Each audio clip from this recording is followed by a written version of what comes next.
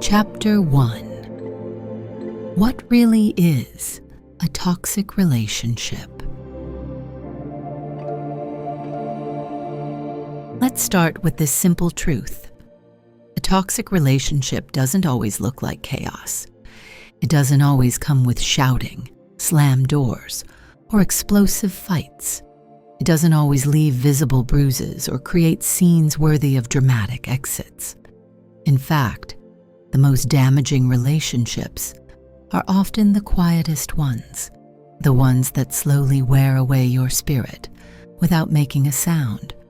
So when we ask, what is a toxic relationship? We need to go deeper than the surface. A toxic relationship is any connection that consistently drains your energy, distorts your reality, or diminishes your sense of self-worth. It's not about one argument or a rough week. It's about patterns, cycles, repeated moments where you feel small, silenced, dismissed, or manipulated.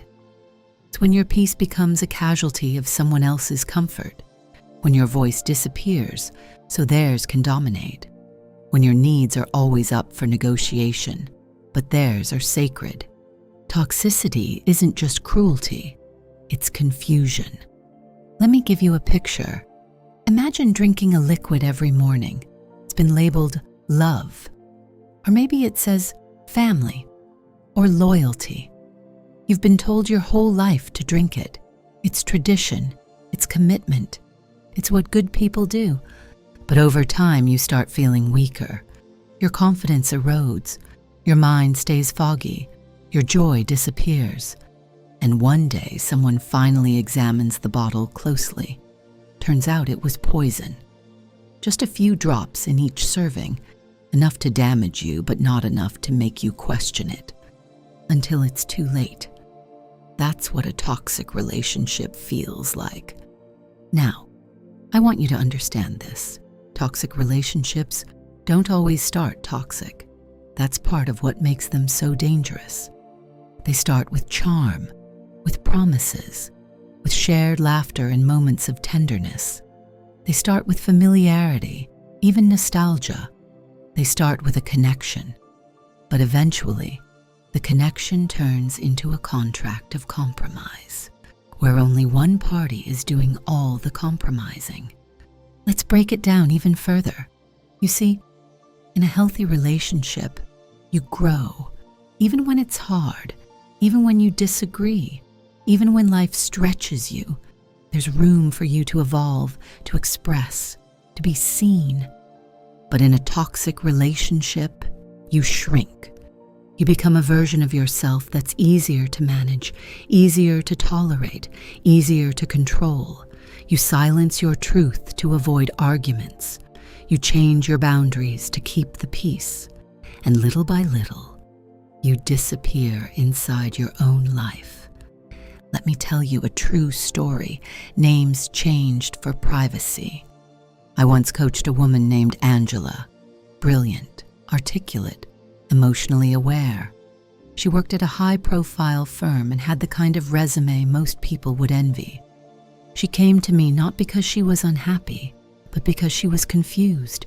She said, I should be grateful. I mean, my boss always tells people I'm a star. He calls me his protege. He even took me to lunch with the regional execs. But then she paused. I just don't get why I feel so anxious all the time. So we dug into it. Turns out this boss of hers, he only praised her in public when it benefited his reputation. But behind closed doors, he constantly nitpicked, undermined her decisions, changed deadlines without notice, took credit for her ideas. He'd gaslight her, saying, "You're too sensitive," or "You're not ready for more responsibility." Angela stayed because it looked like mentorship. It sounded like support.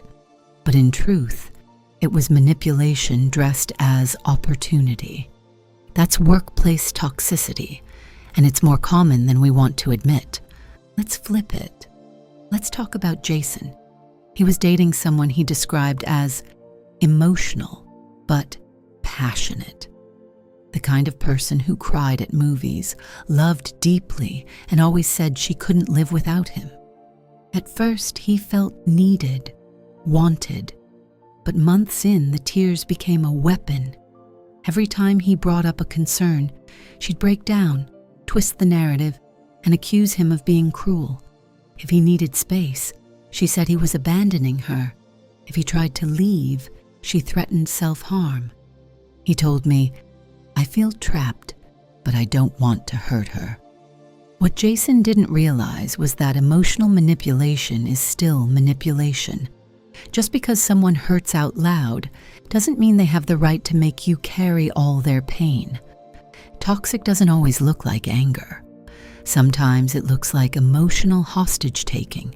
It sounds like, "If you really loved me, you'd never leave." And it feels like drowning in guilt. So again, what is a toxic relationship really? It's the invisible contract that says, "Your feelings don't matter as much as mine. Your role is to carry the burden, not challenge it. You exist to keep me stable, even if it costs you your sanity." It shows up in dating, in marriage, in the office, in your own home. And sadly, it often hides behind the very labels we've been conditioned to honor without question. Family, loyalty, tradition, commitment, faith. But those words, without mutual respect, boundaries, and emotional safety, they're just containers for control. Let me be clear. Being in a toxic relationship does not make you weak. It makes you human. Because sometimes we confuse trauma for chemistry. We mistake chaos for passion. We think pain is the price of love, and we stay, not because we're blind, but because we believe we're responsible for fixing it. You're not responsible for someone else's growth. You're responsible for your own peace. And listen, the world doesn't teach us this stuff. No one gives you a manual on how to spot emotional manipulation. No one pulls you aside in school and says, "Hey, here's how to recognize when someone's slowly breaking your spirit with a smile on their face."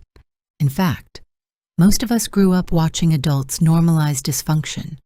So now when someone is cold or critical or emotionally distant, we don't always see it as toxic.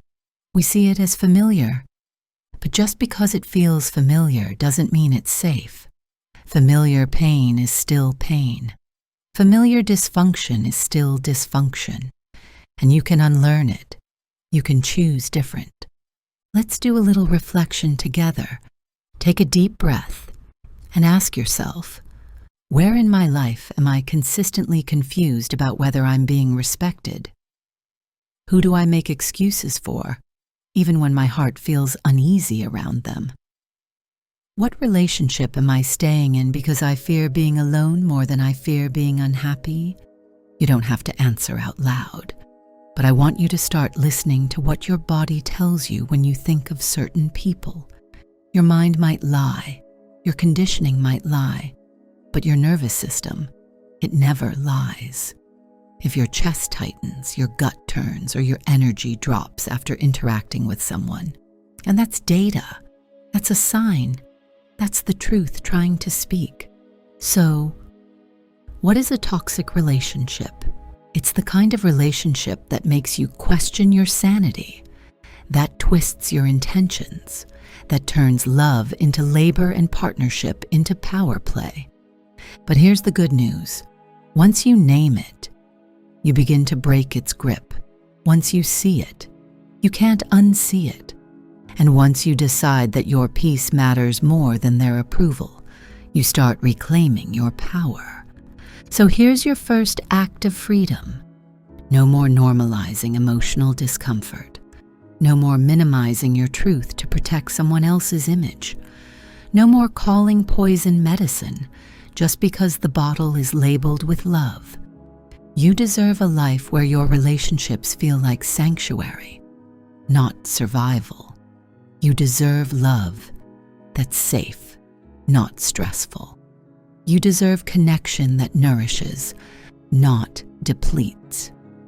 I'll close this chapter with one thought. If you have to become someone else to keep the relationship alive, the relationship is already dead. You were not born to be a doormat. You were born to be whole, grounded, and free. And you can be, starting today.